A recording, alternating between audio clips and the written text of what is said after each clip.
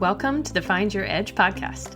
I'm your host, Chris Newport, founder, head coach, sports nutritionist, and exercise physiologist at The Endurance Edge. Our mission is to empower people to reach and sustain peak performance and health. So get ready to dive into all things training, nutrition, recovery, and more. We hope to give you detailed information and inspiring stories to help you be your best. Let's do it. Hi, friends, and welcome back to the Find Your Edge podcast. I am so grateful you are here. Today's episode is a special replay with Dr. Yael Jaffe from 3x4 Genetics, the expert behind the genetic testing reports we use. We've recently integrated this cutting-edge testing into our longevity nutrition coaching program, a revolutionary approach that combines nutrigenomics and psychology to deliver the most comprehensive science-backed strategy for sustainable nutrition and lifelong health. You can learn more about it at theenduranceedge.com/longevity. So why is it so effective? Because you're not just learning about your genetics, like we're going to talk about today on the podcast. You're also diving into 47 carefully designed, easy to understand modules that give you the knowledge you need to take control of your health. Plus, you're not doing it alone. With our weekly accountability calls and monthly genetics calls, you're showing up for yourself every step of the way. So this is what I hear all the time. And is this you? I know what I need to do, but I still need help. I swear, y'all, if I had a penny for every time that was told to me, I'd probably be a millionaire, even with just pennies, you guys. Seriously. What this means is your brain is often holding on to limiting beliefs and old stories that have shaped the habits that aren't serving you. True transformation happens when we uncover those deep-seated beliefs, rewrite our personal narratives, and create new lasting habits.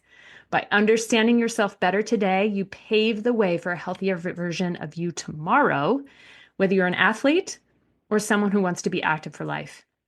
And here's the cool part.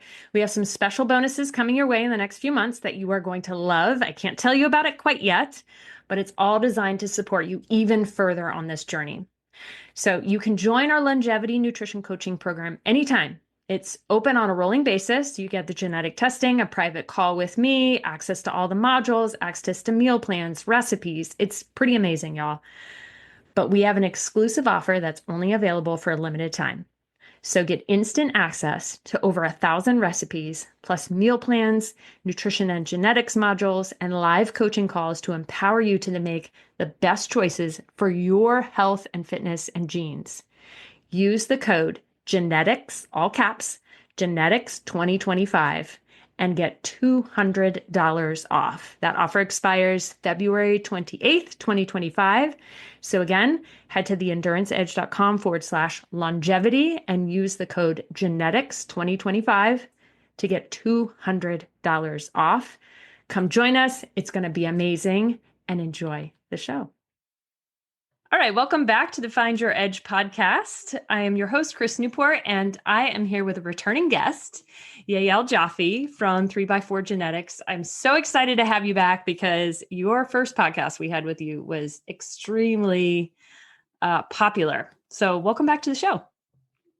Thanks, Chris. Great to be back. I enjoyed the first one, and I have no doubt we'll have a same good time this time. Awesome. Yeah. So today is all about genetics and performance, genetics and training. So we have now put your report in action for a good solid, we're coming on almost a year, and it has been so amazing to incorporate this into our practice. I wish every dietitian could learn this before, going into practice, but alas, here we are. So I want you to go through, if you would, please walk us through your report and how it gives us information about our propensity for fitness, our ability to recover.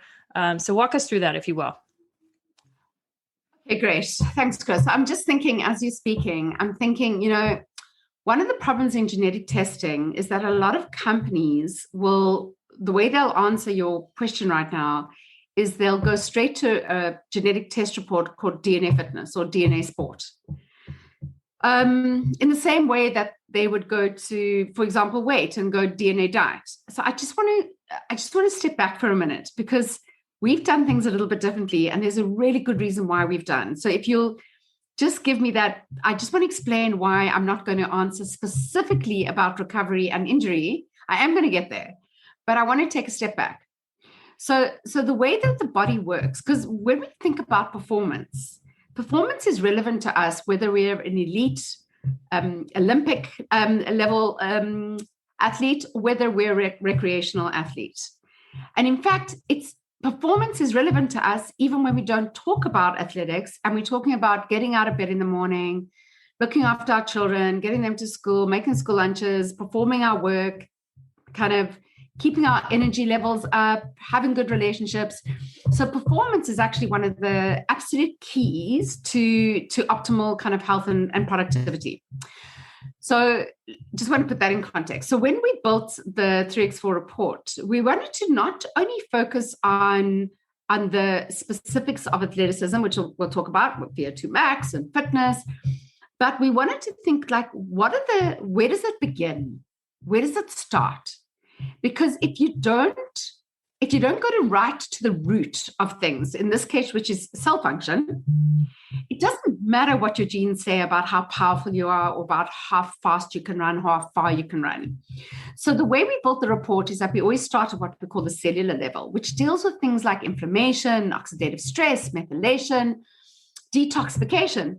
And if these processes in our body are not working absolutely optimally, it doesn't matter how good your genes are in terms of power training, for example, right? So I want to put that in context. The second level that we look at is around what we call systems. In systems, we look at things like glucose and insulin, hormones, cognitive function. So kind of brain health, the ability to keep our minds clear and thinking clearly as much as we possibly can. And we look at things even like collagen and joints. So again, I hope when you hear me say this, you're already thinking to yourself, well, of course, all of that's important when I think about performance. I mean, glucose and insulin, right? How can anybody function optimally without having what we call glucose and insulin homeostasis, that beautiful balance, right? How can we function optimally if our hormones are not in balance? How can we, again, cognitively, we know that mental performance or cognitive function is as important in sports performance as physical performance. So I'm probably telling you all things that you know, but I just really want to kind of bring it back to this. We talk about cardiovascular systems, which again, so much of training, especially our cardiovascular training, is how good is our vascular health? How wholesome and strong are those blood vessels that we have? Our blood pressure, blood clotting. And then eventually we get down to what we call the energy systems, which is how do I consume calories? What drives me to consume calories? How do I store calories? How do I burn calories? And we can talk about that a little bit later. But again, every part of being an elite athlete or a recreational athlete is what is the kind of food that I'm eating? How much do I need to eat? How do I store it? How do I burn it up? And of course, we deep dive into different nutrients, so different vitamins, and we look at things like iron, and we look at things like choline, B6, B12, right? Vitamin D. But then we get to talk about this idea of activity. And we call it activity because we don't want to pigeonhole anyone and say, well, this is only for the elite athletes, or this is only for the people who are interested in getting off the couch and starting to walk around the block. And then when we look at activity, we break it up because there's so many different things we want to understand about training and fitness. Can I just carry on? Should I carry on, Chris, or do you want to ask me anything? Or should I dive into activity? No, certainly dive into it. As you're talking, it's just making me think of all the things you're mentioning. There's probably been some sort of ergogenic aid, either legally or illegally, presented for that. Like people have used insulin as a doping mechanism. You know, that's right. It's an anabolic steroid, right? It's an anabolic steroid. Yeah, we've got these. Take this athletic multivitamin, and you're going to be better. So yeah, please continue. And cognitive function, right? Right. Cognitive function is an ergogenic aid. I mean, totally. So that's interesting. We could talk about that. Yeah. And we can talk about this interesting thing around, remind me that we come back to. Yeah, we're going to be here all day. It's about when we've done genetics on some, I'm just telling you so we don't forget about it, because I want to talk about activity. Some of the greatest, when we've like tested like Olympic level athletes, we often find in the cognitive mood some really interesting addiction genes.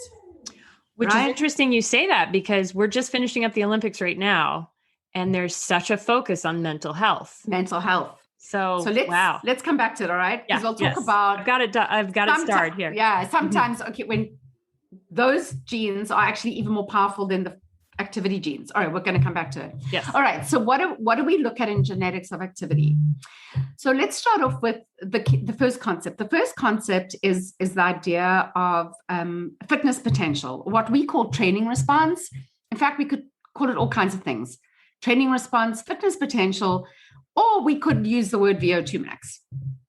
What we understand about this is no matter who you are, you're born with a baseline potential, right? So most athletes are born an Olympic athlete, right? So you have to be born with a baseline. That means that when we take a whole bunch of us at the age of 1, 2, 3, 4, 5, 6, 7, right? Before we've started our Olympic training, and we measure that baseline, whether it's VO2 max or it's lactate threshold, all those different physiological ideas, you're going to see a difference in those that have that increased genetic potential. That means when they start their training, they're already ahead of the game. So there's, for some of us, when we start training for a marathon, we start with 2 kilometers, then 4, then 5, then 10. And we have to take our time and increase. And because our adaptation to that high distance, that greater oxygen requirement, that greater muscle contract, all those things is slower. And there's others who just fly for those, right? They started like 10Ks, and 10Ks is their like little trot. So already we have a baseline potential. And then as we train, all those things are going to improve. Our lactate threshold, our VO2 max, all of those things are going to improve. Now, how much those things will improve will depend on our genetic potential or our training response. So if I started at the same level as Olympic athlete, which clearly I don't, and I did the same training as them, they would improve so much more doing the same training as I'm doing because of their genetics. So the great thing is we don't need to be Olympic athletes to improve. So if you're just like me, I call myself a committed recreational athlete. I'm never podium, right? But I am a very committed recreational athlete. So I start on a baseline that's not very, very low, but it's kind of average. And then I do all this amazing training, which I choose to do based on my genetics. We can talk about that. And I see an improvement in my VO2 max. I see an improvement in my 5K time. I see an improvement in my swimming times. The great thing about genetics is we always improve on our baseline, but our genetics gives us some idea of where we started and where we can finish. So that is the concept of training response or fitness potential, but it's relevant for every one of us. Okay. We just want to be realistic that we're not going to podium, right? Right. Okay. Yeah. I think that's interesting how and the way that I use this is that there are so many different people who have very specific like training windows, you need 12 weeks to train for a half marathon. You need 20 weeks to train for a marathon. You need 6 months to train for an Ironman. And the way I interpret that is we all need a little bit of a different amount of time to train for these things based on our baseline. That's exactly, well, you did it much better and much quicker than I did, but that's exactly the idea. Mm-hmm. This idea that there's a training program for a specific distance is insane because we are so different genetically in how we're going to respond to that training load. Okay, so exactly as you described it. And this is obviously personalized medicine right there. Yes, okay. Love it. So let's talk about the next thing. Let's talk about injury. So some of us doing the same training program are more likely to become injured, even though we're doing the same training. And we might be doing everything right. We can do some functional training, strength training, cardio training, and yet we're getting injured. And when I talk about injury, I often talk about those kind of collagen injuries, ACL, Achilles, like the plantar, like the ones that really kind of set us back 6 months, right? Rotator cuff. Perhaps more itises and soft more tissue of the injuries. itises, Things. Yes. Which tells you something already, right? The right. itises have usually got inflammation in their word. Yeah. So why are some of us more prone to injury than others? So injuries, an interesting idea. The two key concepts that sit behind injury, just to simplify, because obviously always more complicated, is the concept of oxidative stress and inflammation. So when we exercise and we train, these are two of the processes that get, or I could say, ignited, because inflammation is a natural response to training, because training is actually pro-inflammatory. Exercise is pro-inflammatory, but in a healthy way, up to a certain level. So that pro-inflammatory response we get from exercise is actually really healthy for our bodies until we're training a high amount, and then it becomes too much of a load of inflammation.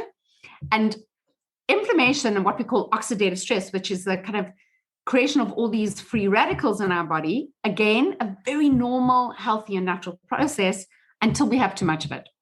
And the two of them work together. The more oxidative stress we have, the more inflammation we have, and vice versa.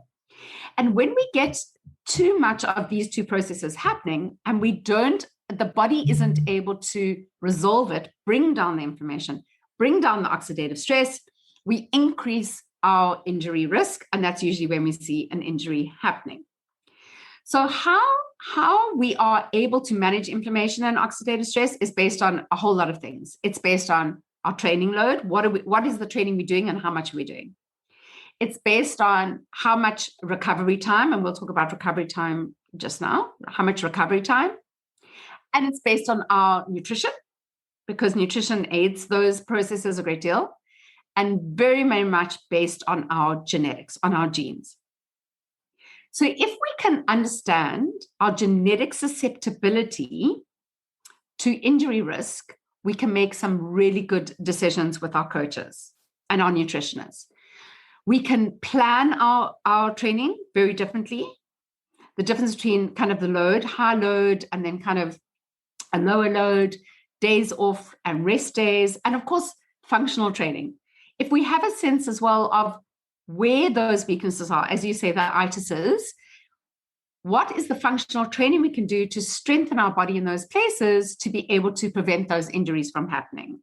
So, the runner who only runs, we've all made that mistake, and never does any other training other than running, is almost invariably going to get those injuries.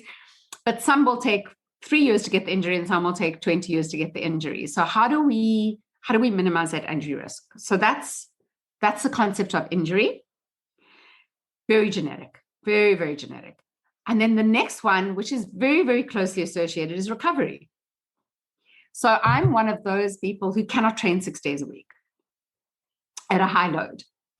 And if I do, a whole lot of stuff starts happening. One is that I become very susceptible to injury.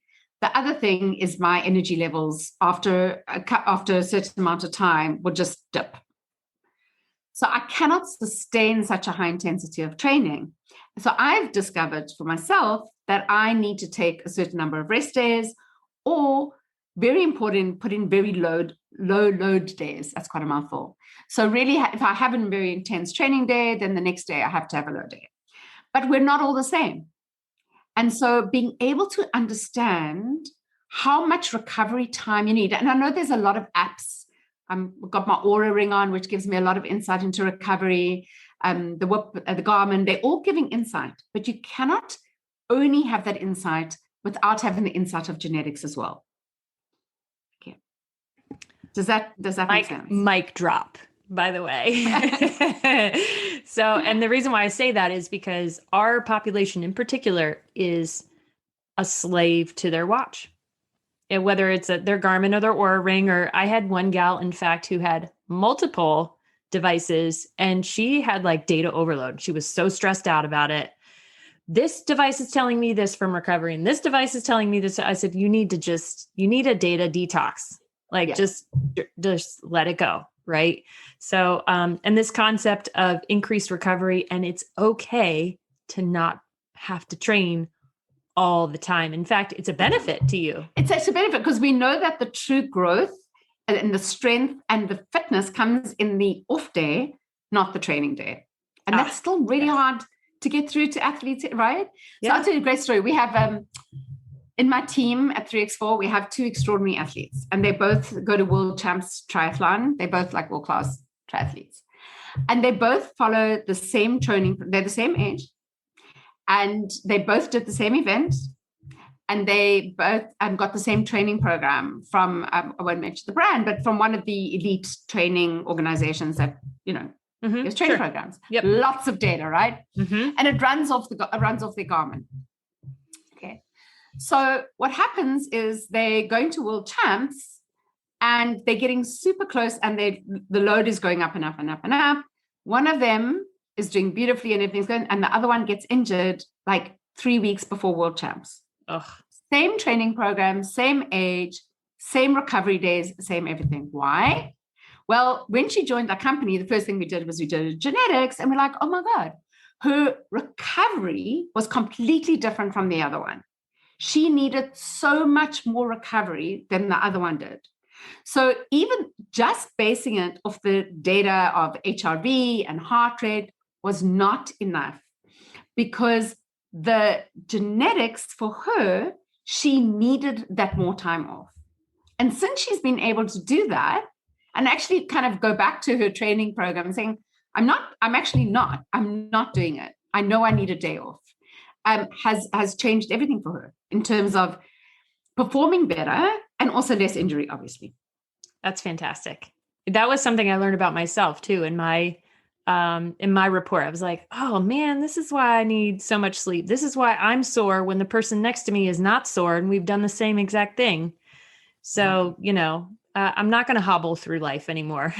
No, we're not. We're not going to beat ourselves up. And I'm the same. Like, I just come to terms with, and I do use my Aura and I do use my Garmin, but I also I have my genetic information. So I take all of that and kind of put it in together. And now suddenly I really have, that is true insight, right? And that, as you as a practitioner working with your athletes, you now have this other layer of insight, which is incredible. Right. Awesome. So, all right. Okay. So we've done our adaptation or fitness potential, injury, recovery. Where to next? Now we're going to talk about endurance and power. Yes. And I'm not going to talk about them separately, because actually we shouldn't talk about them separately, right? Okay. Yeah. So here's going to be another. So initially when I started in genetics, I spoke about them separately. And I said, when I look at your genes, I look at your endurance potential. I look to see how far and long you can go, whether it's running or cycling or swimming or walking or hiking. How long can you go? And I want to see what your potential is to be able to do long distance. I just have to say here that this doesn't mean that there's some people who can do long distance and there's others who can't. That's absolutely not okay. Trust me, if I can run marathons, anyone can run marathons. It's the ease with which we can do endurance training, how naturally and genetically we suited to be able to go long. So how much training did I have to do for a marathon compared to someone else who has better endurance genes than I do, and how they managed to get to that marathon distance easier with less effort and less training. That's a difference. Not that someone shouldn't run marathons or shouldn't do 100 milers. We can do everything. It's just the ease, right? And that's why I wanted to. And then separately, I would look at your power genetics and I would say, oh, wow, your power genes are telling me that if you go into a gym and, as you said, lift heavy things, right, you are going to see a great responsiveness in your muscle mass and strength. So going to a gym, lift heavy things, you're going to see muscle growth. So you're going to, and an improvement in your strength. And this isn't true of everyone. So we know from the research that they took like army recruits, because you can do any research on army recruits, so they didn't have a choice, right?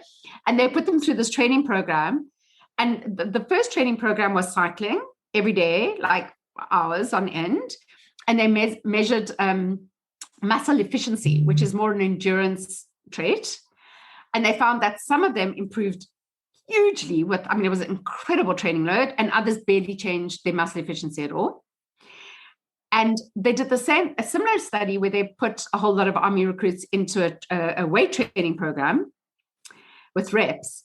And they got some of them that their muscle mass growth, they measured muscle mass growth, was incredible difference. And others that even though they were training with weights every single day for like 12 weeks, they experienced no muscle mass growth. So we know that there is a huge difference between how we respond to that kind of endurance style cardio training versus the power training. So when I started out in genetics, like 20 years ago, I had this idea that there were two different things. But what I've come to learn from my team is that you've got to think of it as not even as a spectrum, but as something that is inherent in us, that we have both of these things. And they both sit within us. And you can have both. You don't ever have to be one or the other.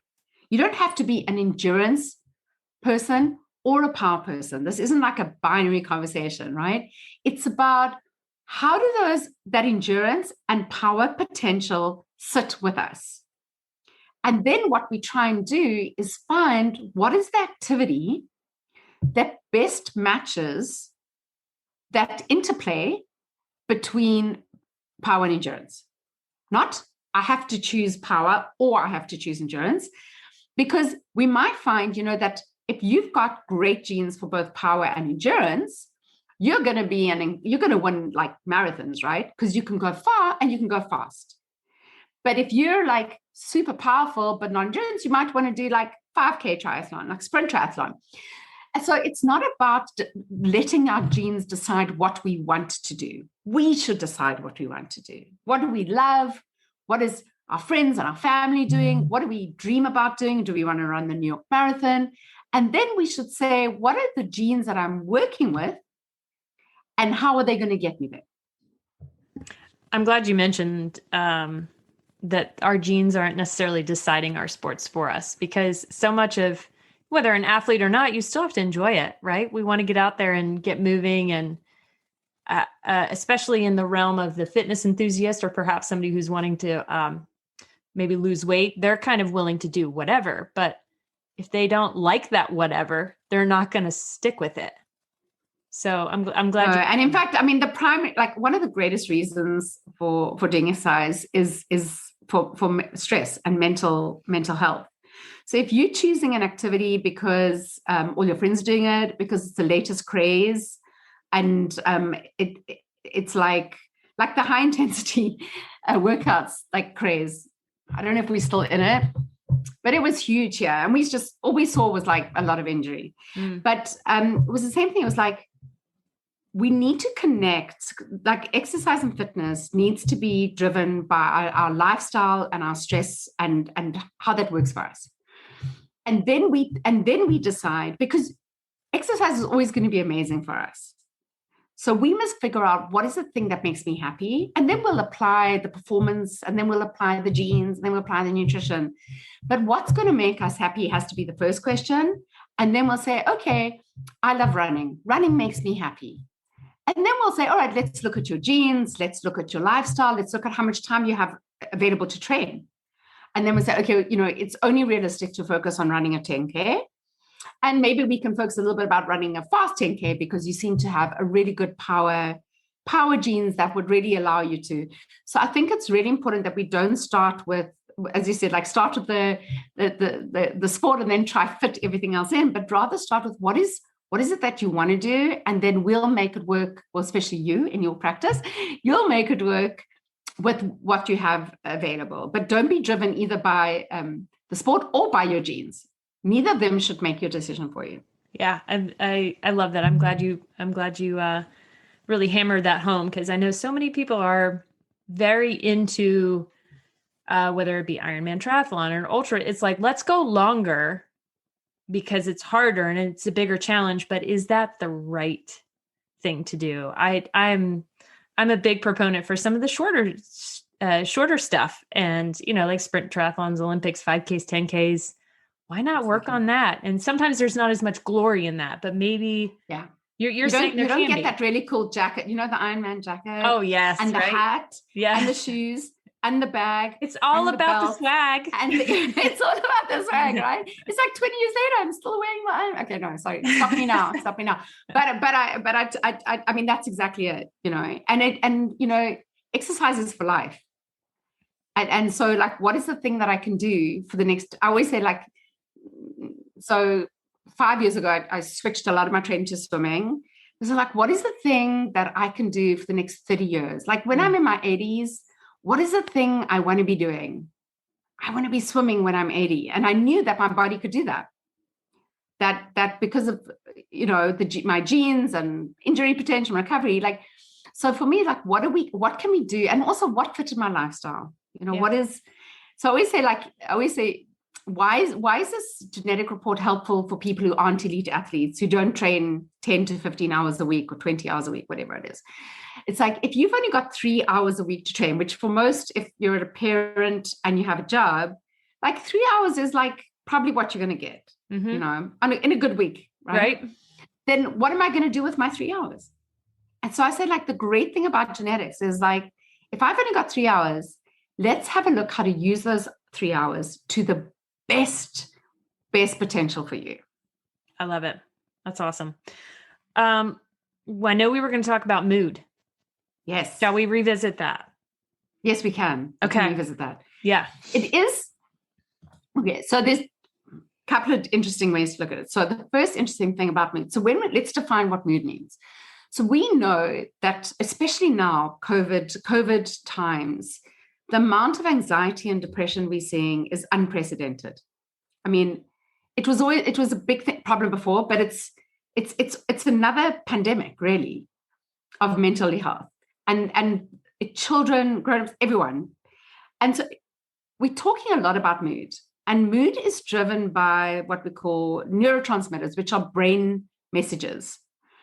And these brain messages get regulated by a whole lot of things. So it could be by stress in our environment, by trauma, relationships, connection with other humans. But they also get impacted by nutrition, what we eat, and they definitely get impacted by exercise. So what we have observed, and it's anecdotal, but I'm pretty sure it's in the literature if I looked hard enough for it, is that when we see I've some really elite athletes that are doing, especially like, not that just the endurance of like Ironman, but are doing the like 30-day multi-stage kind of 1,000-mile crossing a country kind of endurance events, or in my world of swimming, like swimming the Yangtze River, and we do their genetics. What is really interesting is we do not find extraordinary performance genes in there. And every time it happens to me, I'm like, oh, no, come, you're joking. Like, really? I expected like best power, the best endurance, and I'm not seeing them. But what I do find is a lot around mood and behavior. And these genes impact things like anxiety, depression. They impact addiction behavior. Now, addiction behavior is driven by hormones and chemicals in our brain, where we seek things in our life that make our hormones go up or down in a certain way. We call them like reward-seeking behavior. And you can choose your poison. So it can be drugs, recreational drugs. It can be food, as in binge eating, overeating, carbohydrates and sugars. It can be gambling. It can be sex, and it can be exercise. And we know that exercise addiction is real. And exercise drives these hormones in the same way. Now, the interesting thing is when we see these, they're called the dopamine receptors, and there's a couple of genes that we look at. And when we test these athletes that don't necessarily come up with these extraordinary gene in activity, but come up with a lot around mood and behavior, that they are looking for a substance that will, or behavior that will drive their hormones to make them feel better. And instead of choosing cocaine, they choose training and exercise. And so often in the greatest athletes, you get a combination, and it's OCD behavior as well, by the way, a lot of OCD behavior. And so in the greatest athletes we see this combination of great performance genetics, but also some of this driven by mood to use their training to make themselves feel better. So they're getting a huge amount of reward and good feelings. And I always say, if you're going to choose a poison, then I think exercise is a great choice, like much better choice. So the other interesting thing is we see in, for example, cold water long distance swimming, a lot of people who have bipolar, OCD, anxiety, or depression are drawn to cold water swimming. And part of that is because of what the cold immersion in the water does to their nervous system, to the parasympathetic and the sympathetic nervous system. It actually almost acts like a meditation. It makes them calmer, makes their heart rate go down. All their stress hormones are decreased. So exercise is so interesting because it's not just about this muscle performance. It's this really interesting world of stress and trauma and brain messages, and I think probably enough for there. Oh no, that was brilliant and so interesting to listen to. Very briefly, will you touch on dopamine and what that is all about? And how so dopamine is one of the big drivers. Yeah. So dopamine is a feel-good hormone. And so we want dopamine because it makes us feel good. Yeah. So when we eat certain foods like the refined carbohydrate slice of chocolate cake, we actually increase our dopamine in our body through, you've obviously all heard of serotonin and dopamine. They're all related to each other. Mm-hmm. But there's other ways we can drive dopamine, as I just spoke about, like exercise, and there's certain drugs, obviously, that you take, pharmaceutical drugs that you take, which increase dopamine. But there are genes that change the way dopamine is metabolized in our body. So I mentioned the DRDs. There's DRD2, 3, and 4, which are the dopamine receptor genes. But there's also another very famous gene called COMT, which is probably one of the best researched genes in the literature. And COMT is directly impacting what all dopamine, serotonin, noradrenaline, all of these brain messages.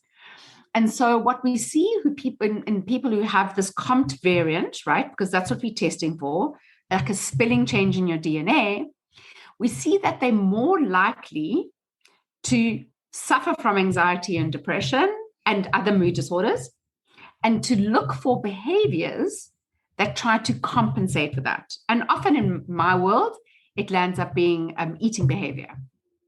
So I am really driven to eat sugars, refined carbohydrates, because they have a really great impact on trying to increase my dopamine.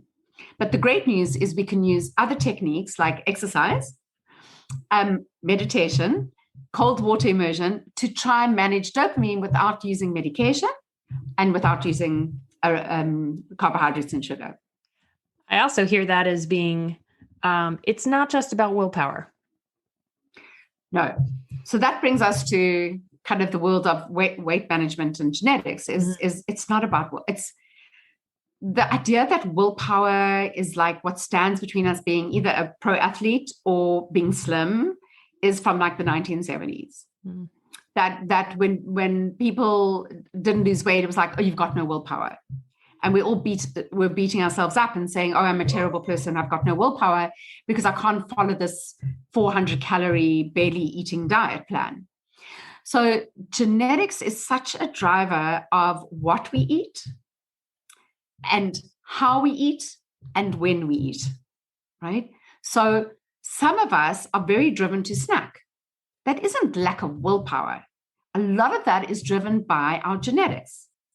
Some of us, when we see food, when we see a buffet of food, are very driven to eat. And without a sense of fullness, that is driven by genetics. That's not, oh, I'm a really greedy is the other word that I hate to use around food. Greedy person because I just keep on eating. Appetite, satiety, how hungry I feel is very driven by genetics. How food tastes to me. It tastes different to me than it does to you, Chris. When I eat a plate of broccoli, I'm tasting my broccoli very differently from you. When I eat sugar, I'm actually tasting it very differently from you. So all these things our influence. And so, and of course, when I exercise, so when I exercise and I do the same amount of kilometers, let's talk about just running kilometers, so easy, and I'm consuming exactly the same amount of calories as you are, how come you're losing weight and I'm not? Is it because I haven't got willpower? No, absolutely not. It's because genetically, my way my body metabolizes calories and stores calories and burns them up and moves them around my body is different. So this idea of willpower and greedy belongs in the 1970s and should be left there, because what we need to understand is, again, personalized nutrition. Why are we different? How do we respond differently? And how can we build a diet and lifestyle and training program for a person with that kind of deep insight of who they are? I have chills. This is just, yes, so fascinating. So let's circle back to the performance part, because I know that I wanted to touch on certain SNPs as it relates to nutrients, methylation, even caffeine, B12, some of those things. So yeah, I'll take your pick. Where do we want to start on caffeine, since that's one of Well, the we can most talk about common, caffeine because it's very performance. Yeah. And I just want to say though that none of these things that you mentioned are driven by one gene, right? So even caffeine is not, even though caffeine doesn't have a lot of genes that influence it, none of the things you mentioned are driven by one gene. So I'll mention some SNPs. Yep. But a SNP is a gene variation, right? So it's a spelling and change. if you don't want to, don't, because a lot of people are like, what is a SNP? Yeah, that's what it's like. A SNP is a gene variant, right? It's just a spelling change in our DNA, completely normal. We've all got 3 to 4 million of them in our DNA, and it's what makes us respond to the world differently. It's what Chris and I do. We look at a genetic report, we're reading these gene variants, these SNPs, to understand who you are, right? So that's kind of SNP 101. So let's talk about caffeine. So caffeine is fascinating, especially with the Olympics happening right now, because caffeine was a banned substance. It was regarded as an ergogenic aid, right? And the reason being that caffeine has an impact not only on physiology, on our body, it actually kind of uncouples some fatty acids and gets fatty acids into the system to burn up energy, but it affects your brain, like really, as you know, that's why we drink caffeine, right? You get that kind of, so it has been regarded for a very long time as an ergogenic aid. The problem is that genetically we metabolize caffeine differently. And I'm sure everyone listening to this knows that, because they know someone who has like a double espresso before they go to bed and sleeps through the night. And they know someone who has like one coffee in the morning and is like all shaky and restless and can't focus. So everyone knows that they make their coffee decisions when they go to the coffee shop in the morning based on their reaction to caffeine. Now, we can habituate caffeine, and we do. So the more caffeine you drink, you can actually get better at being able to use it in the body. But there's still like a baseline of how we respond. So I can habituate myself from having one coffee, which is probably what I should be on, to having 2 coffees, which is what I do, because I do that every day. And eventually my body kind of gets used to it. But I could never have more than 2. I would be shaky and all over the place. So in sports performance, caffeine does a similar thing. The problem is they set this limit in the banned substances to say that I think it was like the equivalent caffeine of 3 to 4 cups of coffee a day is a banned substance, right? And then we had this extraordinary athlete, Ilana Meyer in South Africa, world-class athlete, who was found to have higher amounts of caffeine in her system than the 3 to 4 cups. And she swore that she had not had more than 3 to 4 cups. In fact, she had about 2 cups, and that there was no ways that she had more than 3 to 4 cups, and that was something wrong. But the blood test showed that she had this higher amount of the caffeine metabolite in her body. This was quite some time ago, probably about 10 years ago.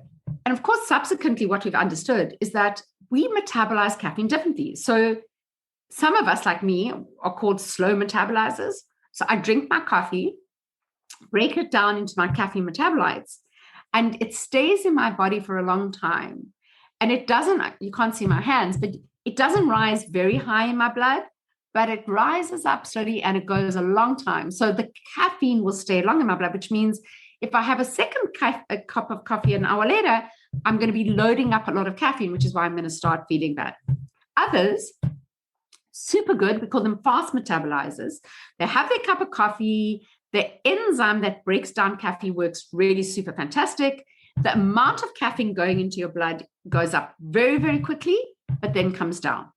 And then you're ready to have your next cup of coffee. So obviously what happened with Ilana Meyer is she was like me, a slow metabolizer. So even though it wasn't 3 to 4 cups, it stayed in her body for a very long time. And when they tested her, it was still in her body, even though in someone else, it would have come out of her system. And it's one of the reasons why caffeine's been taken off the banned list, is because you cannot assign this 3 to 4 cups. Because for who? So unless we start doing genetic testing, which is not a bad idea. Anyway, so the other part of the story is, depending on your genes will depend on how you must use now this legal caffeine ergogenic aid.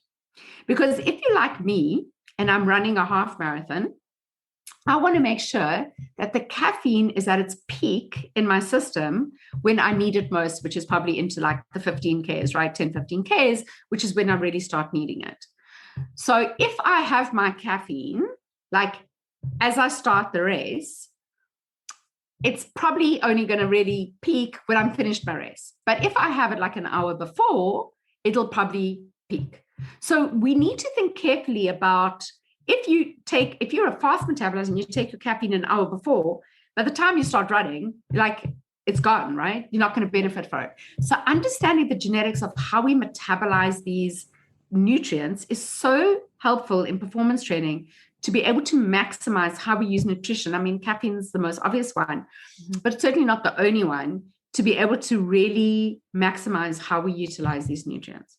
Awesome. Great explanation there. Fantastic.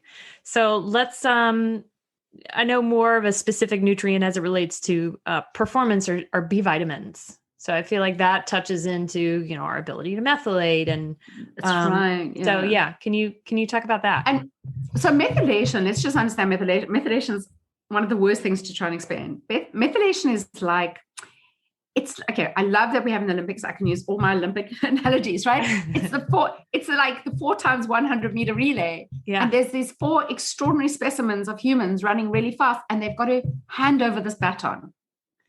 Now, this process of running around the track doing a relay is methylation. Because we have these processes in our body that are responsible for building new DNA in our body and repairing old DNA. And in fact, if you think of those 2 processes, it's a whole neurological function. All our nerve function is run on that basis. So we need to pass this baton, which is called a methyl group, from one molecule to the next molecule, which hands the baton to the next molecule. And if we drop this baton, or we're not carrying the baton with us, our ability to create healthy DNA and healthy cells and to repair damaged DNA, which is completely normal to have damaged DNA, especially in athletes, we are not going to be able to repair them. And that is the process of methylation, is the baton. Now, in order to carry this methyl baton, to make sure that we're keeping these processes functioning optimally, we need B vitamins in our diet. B vitamins support this relay race to be able to happen. So we're talking about folate, we're talking about choline, vitamin B2, B6, B12. But remembering that genetically, our genes impact how efficient we are at metabolizing and using these kind of nutrients. So for some of us, we might need some more folate, some more B12, some more choline. So to optimize methylation, we want to have the best baton race and relay team. We want to make sure that we have the optimal amount of B vitamins in our diet to ensure that this process of running around and passing the baton, making new DNA, repairing old DNA, keeping our nerves sending their message around is happening optimally. And that's another thing we test in the report is how well do I metabolize and process these B vitamins? Do I need greater amounts in my diet? Fantastic. I love the analogy. I bet you've never heard that analogy, right? Yes. You've never heard. But that was so perfect with the Olympics going on and the baton and the methyl group. I love it. So talk a little bit about like quality of vitamins too, because this is one of those, and I know this is a little bit of a right turn, but This is one of my personal pet peeves. Oh yeah, I grabbed the thing off the grocery store shelf, and that's right. It said athletic Yeah. nutrients or whatever. I that's good, right? I'm helping myself. I have a rule with my patients, like if you can grab it off the grocery shelf, you shouldn't. Like if they're selling it off a grocery shelf, you shouldn't be buying it. This is a real case of cheap is expensive, you know.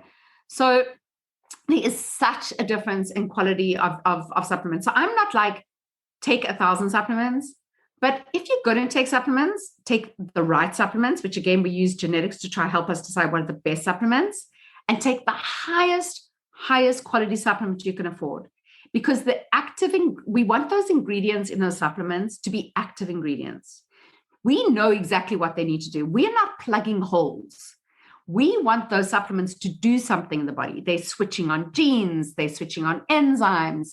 They are making things happen. And if you're not taking a quality supplement that has an active ingredient, whatever that cheap supplement is that you bought, no matter how cheap it was, it's a total waste of your money. You might as well have just thrown that down the trash.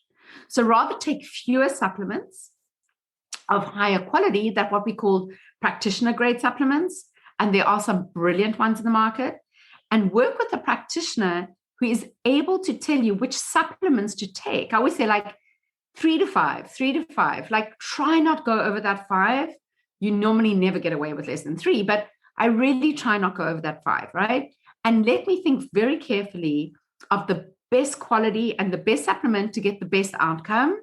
But if you can pick it up off a grocery shelf, you shouldn't be using it. What about Amazon? Another one of my pet peeves.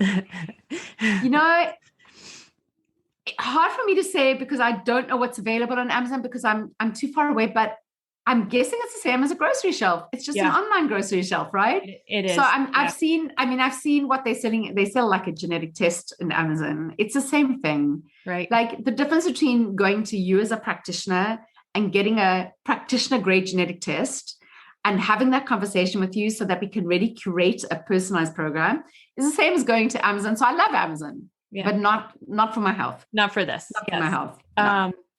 I wish people knew how much time I spent looking for the right combination of supplements that not only will they be compliant with, but will be the highest priority for their health needs, and also be affordable.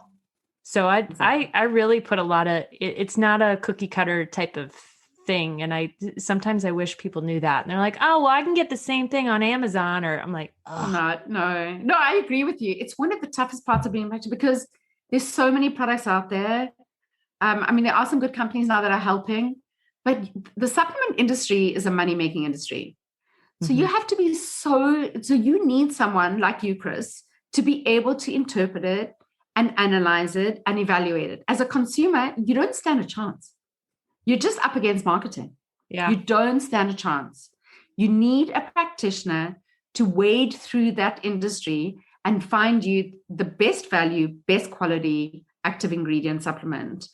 And if you're not having someone help you make those decisions, you're probably wasting your money. And remember that even the poorest quality supplements are doing something to your body, just probably not what you want them to be doing. I love that. So I think that's a great way to kind of put a bow on it. So Yael, if you had 2 or 3 things that people can walk away with from what we've talked about today, whether it be related to performance or supplements or training, what would be those things?